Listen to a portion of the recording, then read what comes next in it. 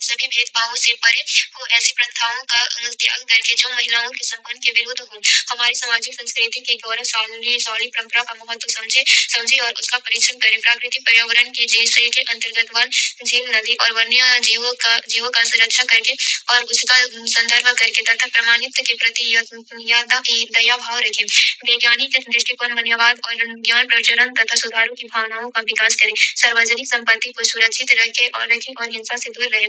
व्यक्तिगत और सामूहिक गतिविधियों के सभी क्षेत्रों में उत्कर्ष की ओर बढ़ने का सतत प्रयास करें, जिससे राष्ट्र नियंत्रण बढ़ते हुए पर्यंत और उपलब्धियों की नई ऊंचाइयों को छू सके। और यदि माता पिता या संरक्षक है, 6 वर्ष से 14 वर्ष तक की आयु वाले अपने यथावस्थित बालक या प्रतिकल्प को शिक्षा के अवसर प्रदान करें। खंड प्रस्तावना यह इकाई संबंधित स्थिति विश्व में भारत का स्थान एवं आंतरिक संबंध है। भारत की स्थिति अध्ययन 1।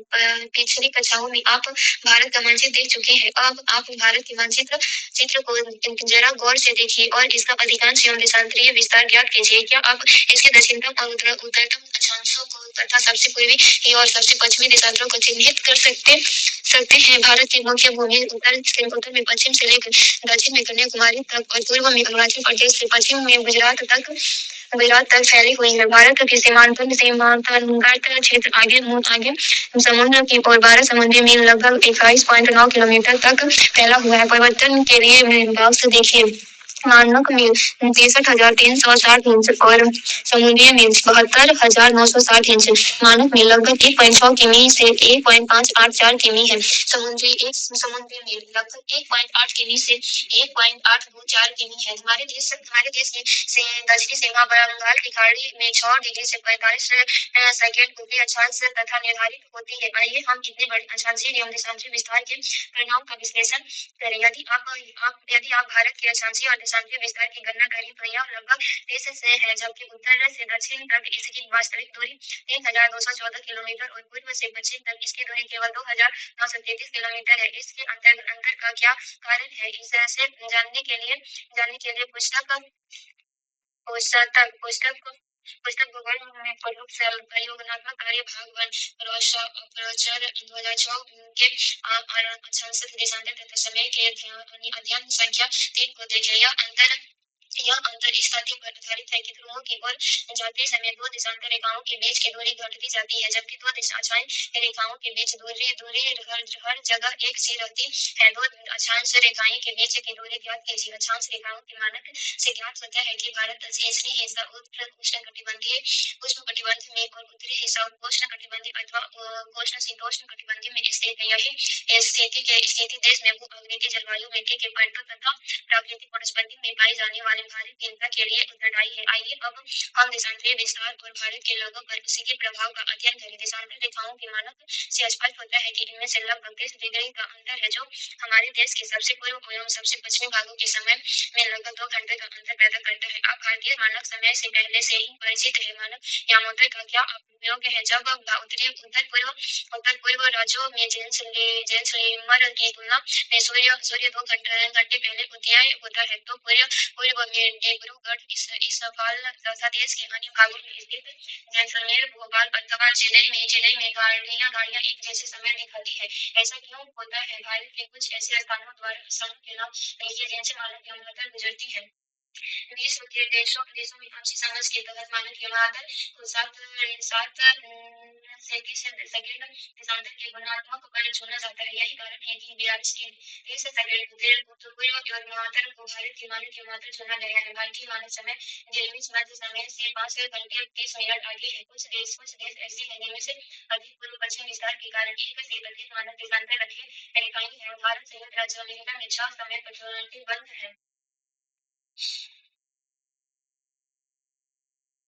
भारत की स्थिति भारत का क्षेत्रफल 32.8 लाख वर्ग किलोमीटर है, जो विश्व के स्थलीय धरातल का 2.4% भाग है। इस प्रकार भारत विश्व का 7वां बड़ा देश है। क्या आपको नवीन कक्षा को पिछली में पढ़े गए भारत से बड़े देशों के नाम याद है?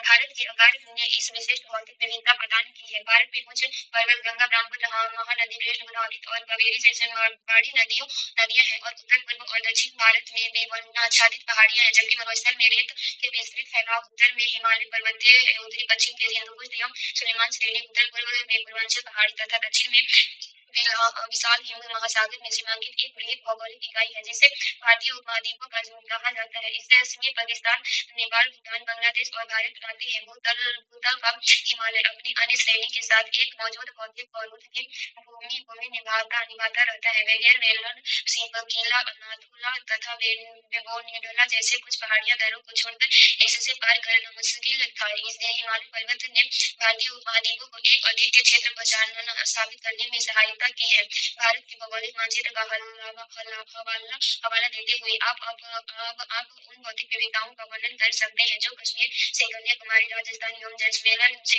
मणिपुर में बंगाल तक यात्रा करते समय आपके मार्ग में आए हैं। भारत का प्रदीपीय भाग हिंद महासागर की ओर गुजरा हुआ है। भारत की संपूर्ण तटरेखा द्वीप समूह समेत 5,717 किलोमीटर पर विस्तृत है। यह अतः एक देश के रूप में भारत भौतिक दृष्टि से विविधतापूर्ण भूभाग है, जिससे यहाँ विभिन्न प्रकार के संसाधन पाए जाते हैं।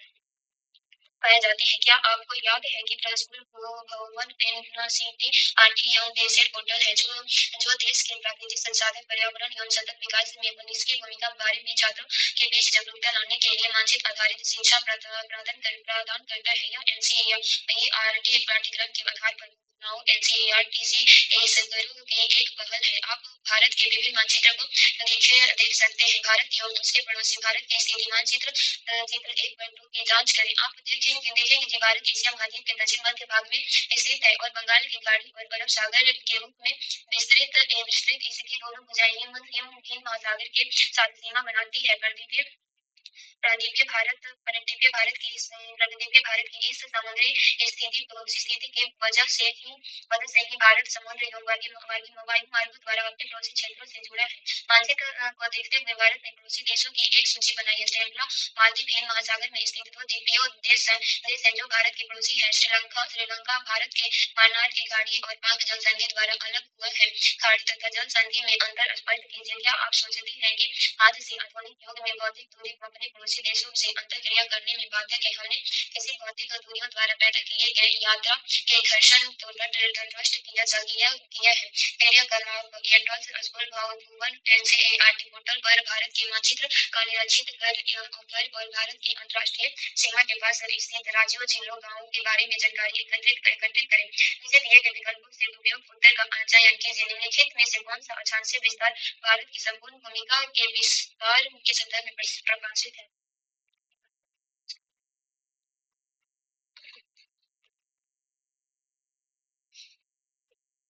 निम्नलिखित में से किस देश के भारत के साथ सबसे लंबी स्थलीय सीमा है?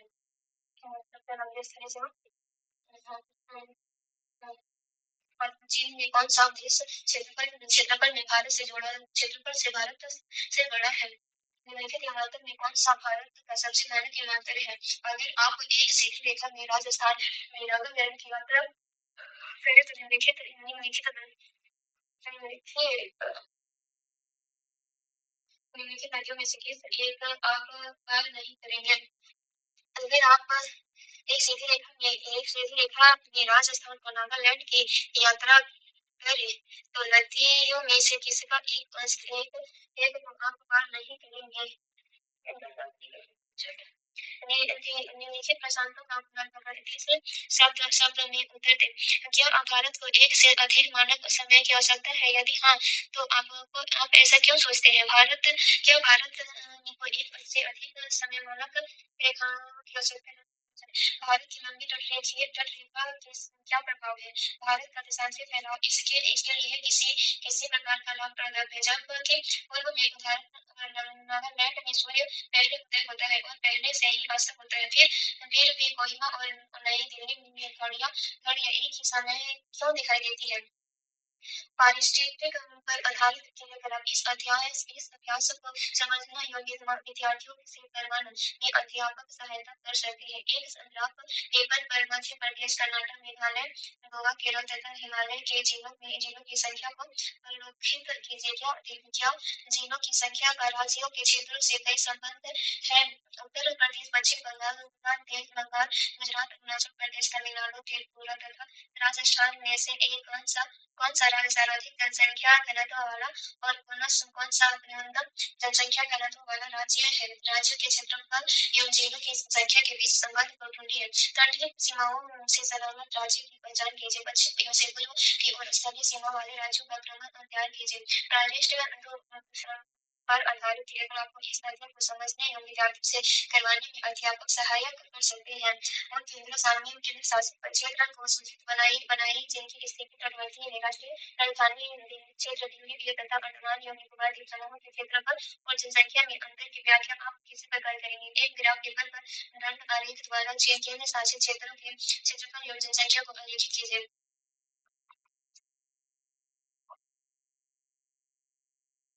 खंड भू आकृति विज्ञान यह इकाई संबंधी संरचना एवं कुछ उच्चवाचक प्रभु आकृति विभाजन अपवाह तंत्र जल विभाजक संकल्पना हिमाचल प्रायद्वीपीय संरचना तथा भू आकृति विज्ञान का क्या आपने कभी सोचा है कि मिट्टी की उर्वरकता गठन स्वरूप अलग क्यों है? आपने यह भी सोचा होगा कि अलग अलग स्थानों पर चट्टानों के प्रकार भिन्न भिन्न है। चट्टानों एवं मिट्टी आपस में संबंधित है क्योंकि असंगठित चट्टानें वास्तव में मिट्टी ही है। पृथ्वी के धरातल पर चट्टानों एवं मिट्टियों की विभिन्नताएं धरातलीय स्वरूप के अनुरूप पाई जाती है। वर्तमान अनुसार पृथ्वी की आयु लगभग 46 करोड़ वर्ष से है। इतने लंबे समय में बदलजात एवं वायुजात बलों से अनेक परिवर्तन हुए हैं। इन बलों की पृथ्वी की धरातलीय एवं मध्यस्थलीय आवृत्ति के रूपरेखा निर्धारण में एक महत्वपूर्ण भूमिका रही है। आप पृथ्वी के विकर्णीय हलचल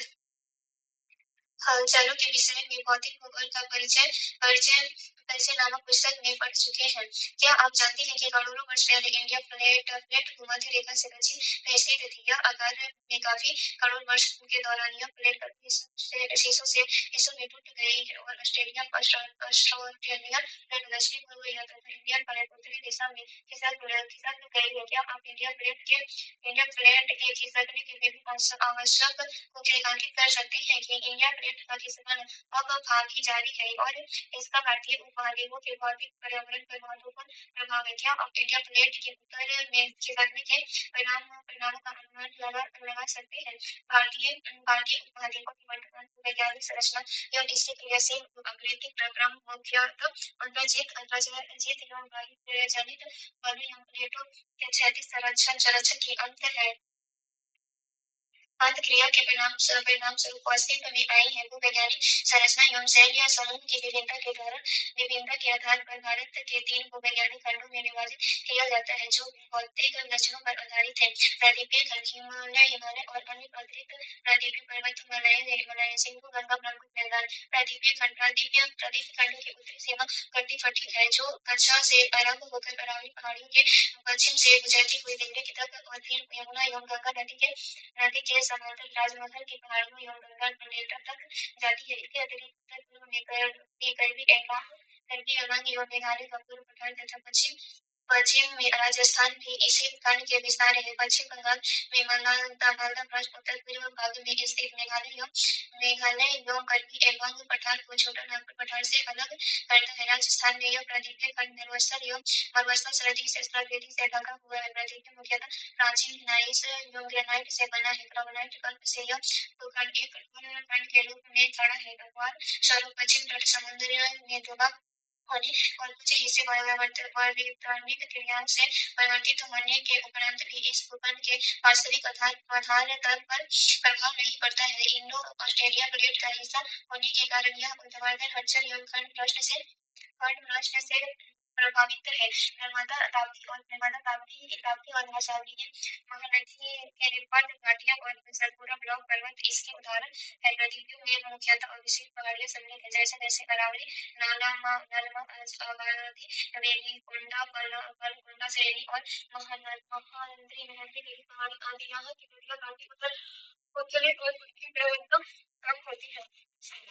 भूगोल में प्रयोगात्मक कार्य भागवान नामक पुस्तक की अपनी प्रवणता की गणना की विधि सीखी होगी। क्या आप हिमालय से निकलने वाली और प्रायद्वीपीय नदियों की प्रवणता ज्ञात करके उनकी तुलना कर सकती है? पूर्व की ओर बहने वाली अधिकांश नदियां बंगाल की खाड़ी में गिरने से पहले डेल्टा निर्माण करती है। महानदी गोदावरी और कृष्णा द्वारा निर्मित डेल्टा इससे उदाहरण है। हिमालय और अन्य अतिरिक्त प्रायद्वीपीय पर्वतमालाएं कठोर एवं स्थित प्रायद्वीपीय खंडों के विपरीत हिमालय और अतिरिक्त प्रायद्वीपीय वर्तमाला की भूवैज्ञानिक संरचना तरुण दुर्लभ और लचीली है। ये पर्वत वर्तमान समय में बहिर्जनित तथा अर्धजनित बलों की अंतःक्रिया से प्रभावित है। इसके परिणाम स्वरूप इनमें गलन भ्रष्ट और छेद बनते हैं। इन पर्वतों की उत्पत्ति वोल्केनिक हलचल से जुड़ी है। तेज बहाव वाली नदियों से आबादित ये पर्वत अभी भी युवा अवस्था में है। गर्ज गुफाएं घाटियां छवि प्रकाय एवं जलप्रपात इत्यादि इसका प्रमाण है।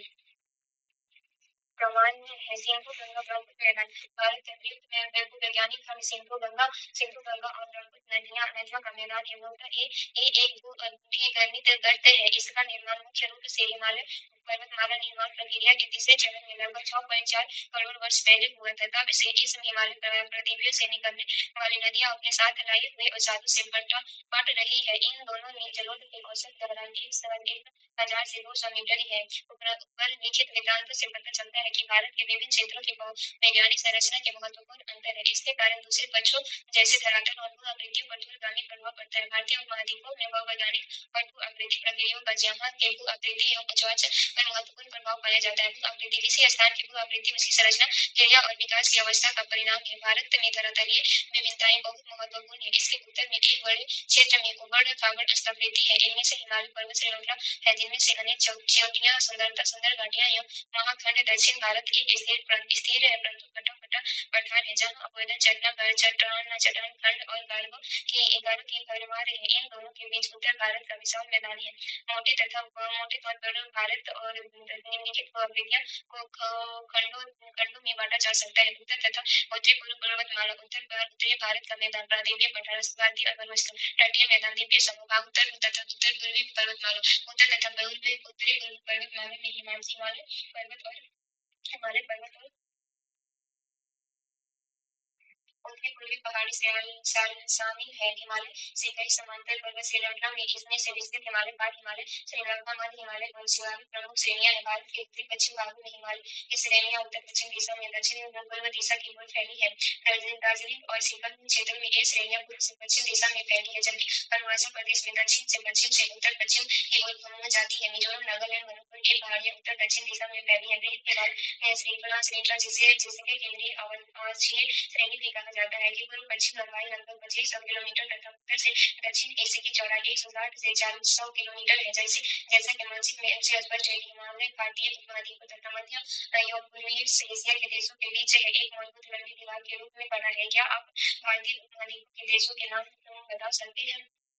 हिमालय एक प्राकृतिक पौधे के नहीं अभिन्न जलवायु प्रभाव और संस्कृति विभाजक भी है। क्या आप दक्षिण एशिया के देशों के भू पर्यावरण पर हिमालय के प्रभाव बता सकते हैं? क्या आप दुनिया में हिमालय जैसे भू पर्यावरण विभाजन ढूंढ सकते हैं? उत्तरी भारत के मैदान सिंधु गंगा ब्रह्मपुत्र नदियों द्वारा बहा के लाए गए जलोढ़ निवेशन से बने हैं। इस मैदान की पूर्व से पश्चिम लंबाई लगभग 3200 किलोमीटर इसकी औसत चौड़ाई 150 से 300 किलोमीटर है जो निक्षेपण की अधिकतम गहराई 1000 से 2000 मीटर है। उत्तर से दक्षिण दिशा में इन मैदानों को 3 भागों में बांट सकते हैं। घाघर तराई और जलोढ़ मैदान।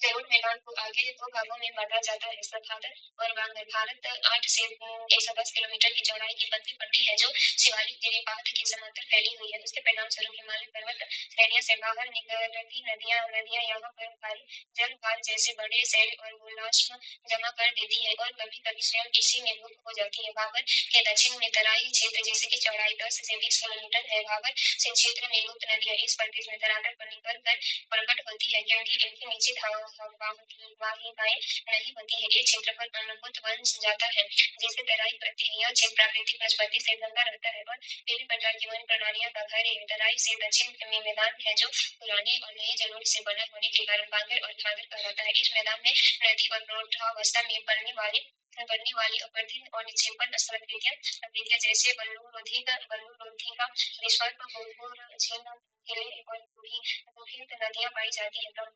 मैदानी नदी द्वीपों और बालू लोथिका की स्थिति के लिए जाना जाता है। यहाँ जहाँ ज्यादातर क्षेत्र में समय समय पर बाढ़ आती रहती है और नदियां अपना सस्ता बादल बादल बादल कर वही हवाएं बनाती रहती है। उत्तर मैदान में बहने वाली सीवाल नदियां अपने मुहाने पर विश्व के बड़े बड़े डेल्टा का निर्माण करती है, जैसे सुंदरबन डेल्टा सामान्य तौर पर यह एक असमान मैदान है जिसकी समुद्र तल से औसत ऊंचाई 50 से 1000 मीटर है। हरियाणा और दिल्ली राज्य हिस्से सेतु और गंगा नदी क्षेत्रों के बीच जल विभाजन के कारण नदी अपनी घाटी में उत्तर पूर्व से दक्षिण पश्चिम दिशा में बहती है, परंतु बांग्लादेश में प्रवेश करने से पहले धुबरी के समीप यह नदी दक्षिण की ओर 90 डिग्री मोड़ जाती है। यह मैदान उपजाऊ जलोढ़ मिट्टी से बनी है जहाँ कई प्रकार की फसलें जैसे गेहूं, चावल, गन्ना, जूट उगाई जाती है। अतः यहाँ जनसंख्या का घनत्व ज्यादा है। प्रायद्वीपीय पठार नदी के मैदानों से 150 मीटर ऊंचाई से ऊपर उठता हुआ प्रायद्वीपीय पठार त्रिकोण आकार वाले कटा खंड जिसकी ऊंचाई 600 से 900 मीटर है। उत्तर पश्चिम में दिल्ली कटक अरावली विस्तार, पूर्व में राजमहल पहाड़ियां, पश्चिम में गिर पहाड़ियां और दक्षिण में इलायची तारामंडल पहाड़ियां प्रायद्वीपीय पठार की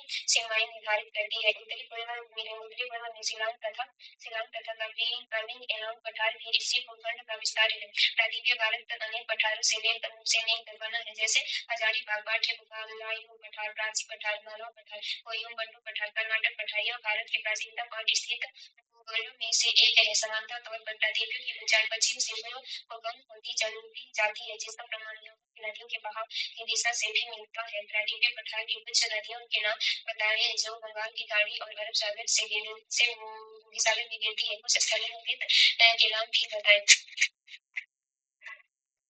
जो पूर्व की ओर प्रवाहित नदियों से संबंधित है, परंतु पश्चिम दिशा में बहने वाली नदियों से संबंधित नहीं है। इस क्षेत्र की मुख्य प्राकृतिक स्थलवेदी और टावर ब्लॉक पर्वत, कृष्ण घाटी पर्वत कंध, गंधक चट्टान संरचना, टेकरी श्रेणी, पहाड़ी श्रृंखलाएं एवं क्वार्टरसाइट भेदियां हैं जिनमें शामिल है जो प्राकृतिक जल संग्रह के स्थल है। इस पठार के पश्चिम और उत्तर पश्चिम भाग में मुख्य रूप से काली मिट्टी पाई जाती है। प्रायद्वीपीय पठार के अनेक हिस्से भूमिगत उत्खनन एवं समाज नष्ट तथा भूगर्भ निर्माण प्रक्रिया के अनेक पुनरावृत्ति दौर से गुजरते हैं। भीमा राष्ट्र का उल्लेख करना आवश्यक है क्योंकि वहाँ बार बार भूकंपीय हलचल होती रहती है। अपनी पुनरावृत्ति भूकंपीय क्रियाओं की क्षेत्रीय विभिन्नता के कारण ही प्रायद्वीपीय पठार पर धरातलीय विविधताएं पाई जाती है। इस पठार के उत्तरी पश्चिम भाग में नदी खटक एवं महाखटक इसके धरातल को जटिल बनाते हैं। चंबल खंड इसके उदाहरण मुख्य लक्षणों के अनुसार प्रायद्वीपीय पठार को 3 भागों में बांटा जा सकता है। ढक्कन का पठार, मध्य भूभाग, उत्तरी पूर्व पठार। ढक्कन का पठार इसके पश्चिम में पश्चिम पठार, पूर्व में पूर्वी घाट और उत्तर में सतपुड़ा में पहाड़ियां हैं। पश्चिम घाट को स्थानिक तौर पर अनेक नाम दिए गए हैं, जैसे महासागर, हिमाद्री, कर्नाटक और तमिलनाडु में नीलगिरी और केरल में अमरकंटक, अनामलई और इलायची कड़ामन पहाड़ियां। पूर्व घाटी की तुलना में पश्चिमी घाट ऊंचे और वर्णित है। इनकी औसत ऊंचाई भाग 1500 मीटर है, जो कि उत्तर से दक्षिण की तरफ बढ़ती चली जाती है। प्रायद्वीपीय पठार की सबसे ऊंची चोटियां अन्नामलई मुर्गी 2695 मीटर है, जो पश्चिमी घाट की अन्नामलई पहाड़ी में स्थित है। दूसरी सबसे ऊंची चोटियां डोडा बेटा है और यह नीलगिरी पहाड़ियों में है। ज्यादातर प्रायद्वीपीय नदियों की उत्पत्ति पश्चिमी घाट से है। पूर्वी घाट अरावली नहीं है और महानदियां गोदावरी, कृष्णा और कावेरी नदियों द्वारा अपवर्तित है। यहाँ की कुछ मुख्य श्रेणियां संजावादी पहाड़ी, पालाकोन श्रेणी, नालमा पहाड़ी और महेंद्रगिरी पहाड़ी है। पूर्व और पश्चिमी घाट नीलगिरी पहाड़ियों में आपस में मिलते हैं। पश्चिम उच्च भूभाग, पश्चिम में अरावली पर्वत इसकी सीमा बनाते हैं। इसके दक्षिण में सतपुड़ा पर्वत उच्छ्वासित पठार की श्रेणी से है। दक्षिण में सतपुड़ा पर्वत की उच्छित पठार की श्रेणियों से बना है, जिसकी समुद्र तल से ऊंचाई 600 से 900 मीटर है। ये दक्कन पठार की उत्तरी सीमा बनाते हैं। ये अवशिष्ट पर्वत के उत्कृष्ट उदाहरण हैं, जो कि काफी हद तक अपवर्तित है और इनकी से लगभग टूटी हुई है। प्रायद्वीपीय पठार के इस भाग का विस्तार जलोसमेट तक है, जहाँ यह अंधेर रेत के टिब्बों और चापाकार बरखान रेतीले रेतीले टिब्बों से ढके है। अपने अपने भूगर्भीय इतिहास में यह क्षेत्र कार्यान्तिक प्रक्रिया से गुजर चुका है और कटियांतरिक चट्टानी जैसे संगमरमर स्टेल और नाइस की उत्पत्ति इसका प्रमाण है। समुद्र तल से भूमध्य की ऊंचाई 700 से 1000 मीटर के बीच है। उत्तर तथा उत्तर पूर्व दिशा में इसकी ऊंचाई कम होती चली जाती है। यमुना की अधिकतर सहायता नदियां विंध्याचल और कैमूर श्रेणी से निकलती है। बनास चंबल की एकमात्र मुख्य सहायक नदी है जो पश्चिम में अरावली से निकलती है। मध्य उच्च भूभाग का पूर्व विस्तार राजमहल की पहाड़ी तक है, जिसके दक्षिण में स्थित छोटा नागपुर पठार खनिज पदार्थों का भंडार है। उत्तर पूर्व पठार वास्तव में यह प्रायद्वीपीय पठार का ही एक विस्तारित भाग है। यह माना जाता है कि हिमालय उत्पत्ति के समय इंडियन प्लेट के उत्तर पूर्व दिशा में खिसकने के कारण राजमहल पहाड़ियां और मेघालय के पठार के बीच प्रश्न घाटी बनने से यह अलग हो गया था। बाद में यह नदी द्वारा जमा किए जलोढ़ द्वारा पटा दिया गया है। आज मेघालय और कार्बी एंगलोंग पठार इसी कारण से मुख्य प्रायद्वीपीय पठार से अलग थलग है। इसमें से अवसाद करने वाली जनजातियों के नाम के आधार पर मेघालय के पठार को 3 भागों में बांटा गया है। गोरा पहाड़ियां, खासी पहाड़ियां, जयंतिया पहाड़ियां, असम की कावरी एंगोल पहाड़ियां भी इसी का विस्तार है। छोटा नागपुर के पठार की तरह मेघालय के पठार भी कोयला, लोहा, मेग्नेटाइट, चूने के पत्थर और यूरेनियम जैसे खनिज पदार्थों का भंडार है। इस क्षेत्र में अधिकतर वर्षा दक्षिण पश्चिम मानसून से होती है। परिणाम स्वरूप मेघालय का पठार एक अति अपरदित भूतल है। चेओरा पूंजी नग्न चट्टानों से ढका स्थल है और यहाँ वनस्पति लगभग नहीं के बराबर है। भारतीय मरुस्थलीय विशाल भारतीय मरुस्थल अरावली पहाड़ियों से उत्तर पूर्व में स्थित है। यह एक ऊबड़ खाबड़ भूतल है जिस पर बहुत से अंधेर रेतीली चूनी और बर्फान पाए जाते हैं। यहाँ पर वार्षिक वर्षा 150 मिलीमीटर से कम होती है और परिणाम स्वरूप यह एक शुष्क और वनस्पति रहित क्षेत्र है। इन्हीं स्थलाकृतिक गुणों के कारण इसे मरुस्थलीय के नाम से जाना जाता है। यह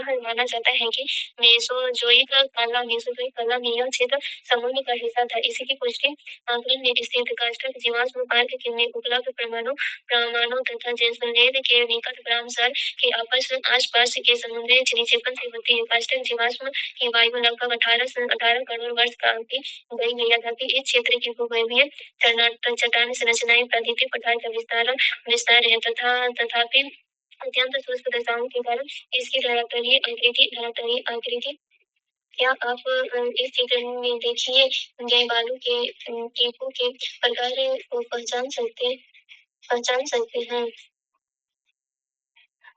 भौतिक अपक्ष और पवन क्रिया द्वारा निर्मित है। यहाँ की प्रमुख प्रकृतियां स्थानांतरित रेती, टीले, छत्र, चट्टानें और मरु उद्यान। दक्षिण भाग में है। ढाल के आधार पर मरुस्थल को 2 भागों में बांटा जा सकता है, सिंध की ओर ढाल वाला उत्तरी भाग और कच्छ के रत्नाधर की ओर ढाल वाला दक्षिणी भाग। यहाँ की अधिकतर नदियां अल्पकालिक है। मरुस्थल के दक्षिण भाग में बहने वाली लूनी नदी महत्वपूर्ण है।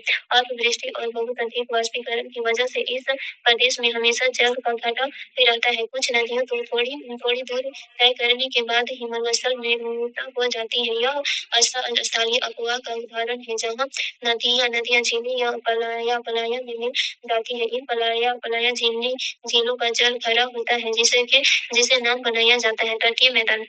आप पहले ही पढ़ चुके हैं कि भारत की तट रेखा बहुत लंबी है। स्थित और सक्रिय भूआकृति प्रक्रियाओं के आधार पर तटीय मैदानों को 2 भागों में बांटा जा सकता है, पश्चिमी तटीय मैदान, पूर्व तटीय मैदान। पश्चिम तटीय मैदान जलमग्न तटीय मैदान के उदाहरण है। ऐसा विश्वास है कि पारनिक शहरों द्वारा जो किसी समय पश्चिम तट पर मुख्यतः भूमि पर स्थित था, अब पानी में डूबा हुआ है। जलमग्न होने के कारण पश्चिमी तटीय मैदान एक संतृप्ति पट्टी मात्र है और पत्तनों बंदरगाहों विकास के लिए प्राकृतिक परिस्थितियां प्रदान करता है। जल यहाँ पर स्थित प्राकृतिक बंदरगाह में कंडला मझगांव, जेएलएन नवाह सेवा, मरगांव, मैंगलोर, कोचीन शामिल है। उत्तर में गुजरात तट से दक्षिण में केरल तट तक फैले पश्चिमी तटीय मैदान को निम्नलिखित भागों में विभाजित किया जा सकता है। गुजरात का कच्छ और कांटियावाल तट, महासागर को कोणार्क तट और गोवा तट, कर्नाटक तथा केरल के क्रमशः मलबार तट, पश्चिमी तटीय मैदान मध्य केंद्रीय संकीर्ण है, परंतु उत्तर और दक्षिण में चौड़े हो जाते हैं। इस तटीय मैदान में बहने वाली नदियां डेल्टा नहीं बनाती हैं। मलबार तट के विशेष स्थलाकृतियां कयाल जिसे मछली पकड़ने और अंतर्स्थलीय नौकाएं के लिए प्रयोग किया जाता है और पर्यटक के लिए विशेष आकर्षण का केंद्र है। केरल में हर वर्ष प्रसिद्ध नेहरू ट्रॉफी वाला काली नौका दौड़ का आयोजन पूर्णमदा कयाल में किया जाता है। पश्चिम तटीय मैदान की तुलना में पूर्व तटीय मैदान की चौड़ा है और उभरा हुआ तट का उदाहरण है। पूर्व की ओर बहने वाली बंगाल की खाड़ी में घूमने वाली नदियां यह लंबे चौड़े डेल्टा बनाती है। इसमें महानदी गोदावरी कृष्णा कावेरी का डेल्टा शामिल है। उभाड़ तट होने के कारण यहाँ पतन और साफ श्रेणी कम है। यहाँ पर महानदी सिर्फ की चौड़ाई 500 किलोमीटर है, जिसके कारण यहाँ पतनों और तूफान श्रेणियों का विकास मुश्किल है। पूर्व तट के कुछ पतनों के नाम बताइए। द्वीप समूह। भारत में दो प्रमुख द्वीप समूह है, एक बंगाल की खाड़ी में और दूसरा अरब सागर में। बंगाल की खाड़ी के द्वीप समूह में लगभग 572 द्वीप है। ये द्वीप 100 डिग्री उत्तरी उत्तर से 14 डिग्री उत्तर और 92 पूर्व से 94 डिग्री पूर्व के बीच स्थित है। ड्राई-रिच द्वीप समूह और लंबरित द्वीप यहाँ के दो प्रमुख द्वीप समूह हैं। बंगाल की खाड़ी के द्वीपों को दो श्रेणी में बांटा जा सकता है। 26 दिसंबर 2004 को अंडमान और निकोबार द्वीपों पर एक प्राकृतिक आपदाओं ने कहर ढाया है। क्या आप इस आपदा का नाम बता सकते हैं और इससे प्रभावित बाकी क्षेत्रों की पहचान कर सकते हैं? उत्तर में अंडमान और दक्षिण में निकोबार। ये द्वीप महासमुद्र में जलमग्न पर्वत का हिस्सा है। कुछ छोटे द्वीपों को उत्पत्ति ज्वालामुखी से भी जोड़ी है। ये बैरेन आइलैंड नामक भारत का एकमात्र जीवंत ज्वालामुखी भी निकोबार द्वीप समूह में स्थित है। यह द्वीप असंगठित कंकड़ पत्थरों और गोलार्द्ध से बना हुआ है।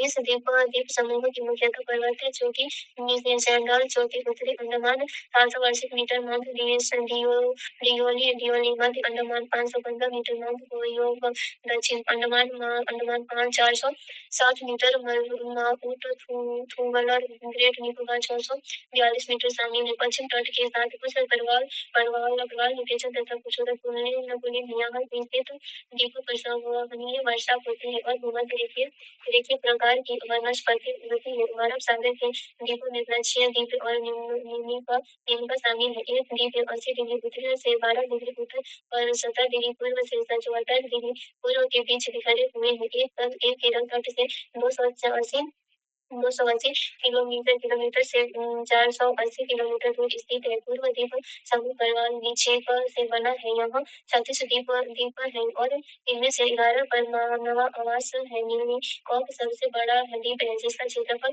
453 वर्ग किलोमीटर है। पूरा द्वीप समूह 10 डिग्री चैनल द्वारा दो भागों में बांटा गया है, उत्तर से पूर्व अमीनी द्वीप और दक्षिण में कन्नौर द्वीप। इस द्वीप समूह पर तूफान निर्मित कुलीन है, जिस पर अथवा बूटीदार सीलिंग गोलासी नौकाएं तथा गुलास में पूर्व समुद्र तट पर पाए जाते हैं। नीचे दिए गए प्रश्नों के सही उत्तर का चयन करें। अंडमान और निकोबार को कौन सा जल क्षेत्र अलग करता है? अंडोटा बेटा चोटी निम्नलिखित में से कौन सी पहाड़ी श्रीलंका में स्थित है? निम्नलिखित प्रश्नों का उत्तर 30 शब्दों में दीजिए। यदि एक व्यक्ति को लक्षद्वीप जाना हो तो वह कौन से तटीय मैदान से होकर जाएगा और क्यों? भारत में ठंडा मरुस्थल कहाँ स्थित है? इस क्षेत्र की मुख्य श्रेणियों के नाम बताइए। पश्चिम तटीय मैदान पर कोई डेल्टा क्यों नहीं है? लिखित प्रश्नों के उत्तर लगभग 125 शब्दों में दीजिए। अरब सागर और बंगाल की खाड़ी में स्थित द्वीप समूह का तुलनात्मक विवरण प्रस्तुत करें। नदी घाटी मैदान में पाई जाने वाली महत्वपूर्ण स्थलाकृतियां कौन सी है, इसके विवरण दें। यदि आप बद्रीनाथ से समुद्र वन डेल्टा तक गंगा नदी के साथ साथ चलते हैं तो आपके रास्ते में कौन सी मुख्य स्थलाकृतियां आएंगी। एक परियोजना क्रियाकलाप एंटल्स की सहायता से पश्चिम से पूर्व की ओर स्थित हिमालय की चोटियों की एक सूची बनाइए। आप अपने राज्य में पाई जाने वाली स्थलाकृतियों की पहचान करके और इन पर चलाए जा रहे मुख्यतः आर्थिक कार्य का अनुसरण करें।